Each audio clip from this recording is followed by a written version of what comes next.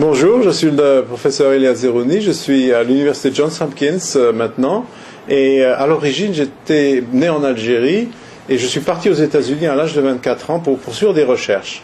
Et ce qui m'intéressait à l'époque, c'est parce que j'étais très fort en mathématiques et en physique, c'était de découvrir des méthodes pour imager le corps humain, imager la biologie, et j'avais des idées un peu folles.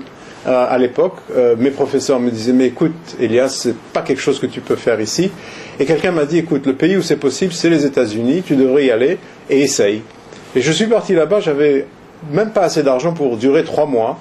Et quand je suis arrivé à l'université Johns Hopkins en 1975, tout jeune, j'ai parlé à mon professeur et puis je lui ai dit « Écoute, j'ai cette idée, je crois qu'on peut diagnostiquer les cancers du poumon en essayant d'utiliser un scanner et de mesurer le calcium, quelque chose qui à l'époque était considéré comme un peu science-fiction. Et vous savez ce qu'il m'a dit ? Il m'a dit, tiens, j'ai jamais entendu cette idée, ben écoute, pourquoi pas ? Et c'est un peu cette idée-là du pourquoi pas qui est possible aux États-Unis, alors que quand j'étais ici, c'était surtout, mais pourquoi tu veux faire ça ?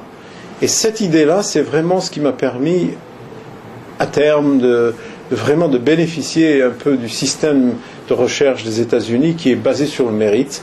Donc j'ai commencé à faire ces études-là et puis ça a marché. Ma recherche a donné des résultats. Et donc d'une étape à une autre, j'ai continué à faire des recherches dans les scanners, ensuite dans la résonance magnétique. Nous avons développé des méthodes qui sont maintenant utilisées dans le monde entier, j'ai des brevets. Et ce qui a vraiment été étonnant d'après moi, c'est qu'il n'y avait pas vraiment de plafond de verre.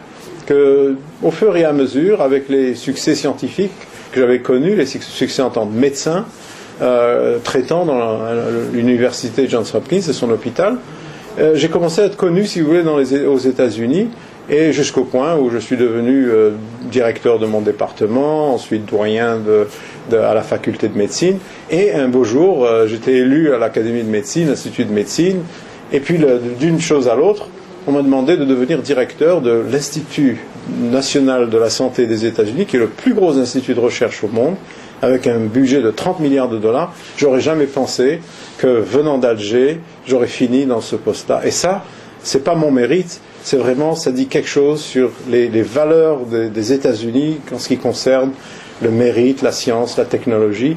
Et c'est pour ça que maintenant, je suis l'envoyé spécial du président pour essayer justement de partager ces valeurs et de dire à tous les enfants du monde, pourquoi pas ?